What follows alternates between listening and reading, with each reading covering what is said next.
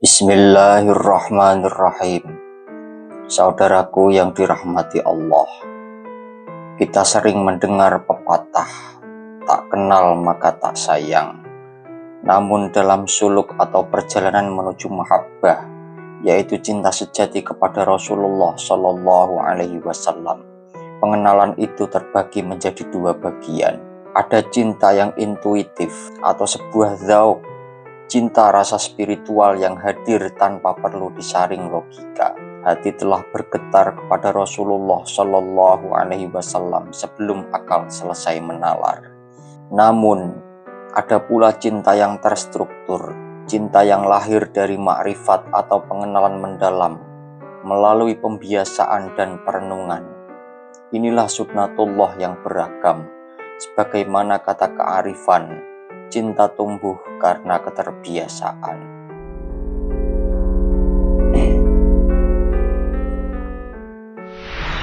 Bab 1. Membiasakan diri mencintai lewat zikir dan sholawat. Saudaraku yang dirahmati Allah, para arifin atau orang yang telah mencapai makom makrifat mengajarkan, lisan tak akan henti menyebut apa yang dicintai. Perhatikanlah orang yang sedang dilanda asmara, seluruh pikiran dan tenaganya tercurah kepada sang pujaan hati. Maka, untuk menumbuhkan cinta kepada Rasulullah Shallallahu Alaihi Wasallam, diantaranya kita harus memperbanyak membaca sholawat kepada beliau. Barokah sholawat adalah pancaran nur yang menumbuhkan mahabbah di dalam sanubari. Sebagaimana barokah zikir adalah jalan untuk mendekatkan diri kepada Allah, maka sholawat adalah sarana kita menuju Habibullah atau kekasih Allah. Siapa yang enggan bersolawat patut diragukan kadar kecintaannya. Kita wajib menyelami kedalaman hakikat Nabi kita. Beliau adalah makhluk termulia, sebuah pilihan langsung dari Zat yang Maha Suci. Dari seluruh manusia, Allah memilih para nabi. Dari para nabi, Allah memilih ulul azmi. Dan dari ulul azmi itu, Nabi Muhammad Shallallahu Alaihi Wasallam adalah Al-Mukhtar, yaitu sang pilihan yang tak terlampaui. Tokoh dunia hanya agung dalam satu aspek, ekonomi, politik, sains.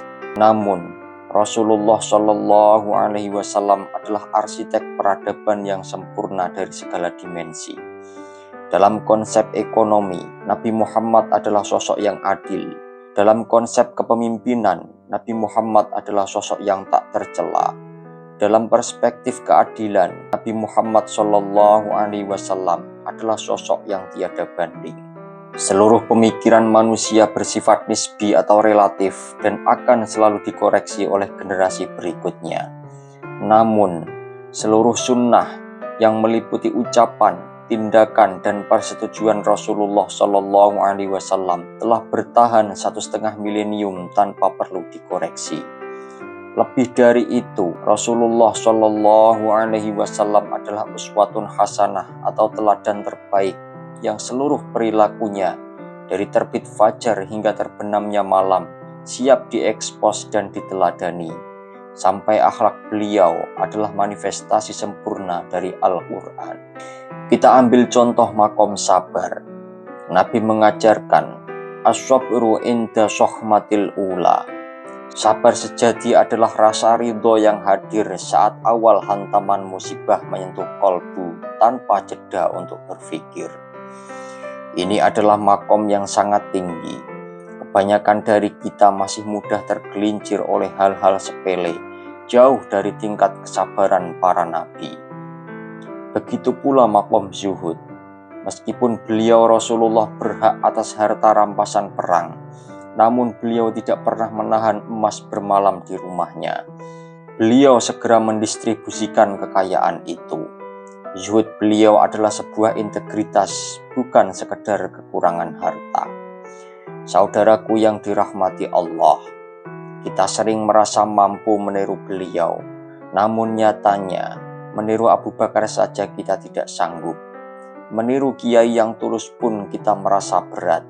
Keterbatasan kita seharusnya memicu rasa malu dan kerendahan hati bukan malah mengumbar status kebanggaan tanpa amal rohani yang memadai.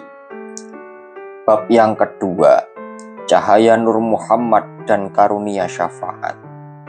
Rasulullah Shallallahu Alaihi Wasallam diciptakan dari nur.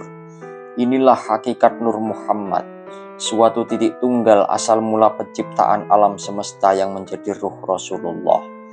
Jasad beliau pun memancarkan nur dan memiliki keharuman yang luar biasa.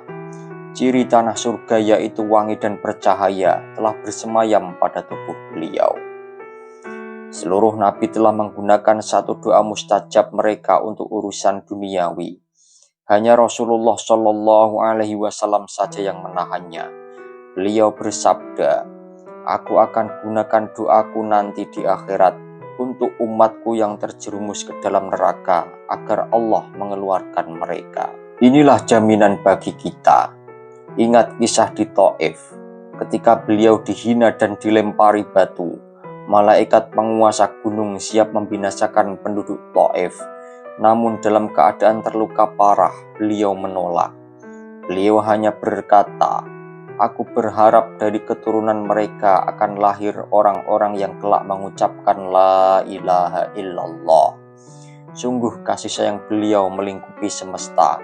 Beliau adalah rahmatan lil alamin. Saudaraku yang dirahmati Allah, ingatkah kita Nabi Musa memohon kepada Allah, sedangkan Rasulullah Shallallahu Alaihi Wasallam tidak perlu meminta. Nabi Musa memohon agar dadanya dilapangkan, namun Rasulullah diberi tanpa meminta. Alam nasroh laka sodrok, bukankah kami telah melapangkan dadamu?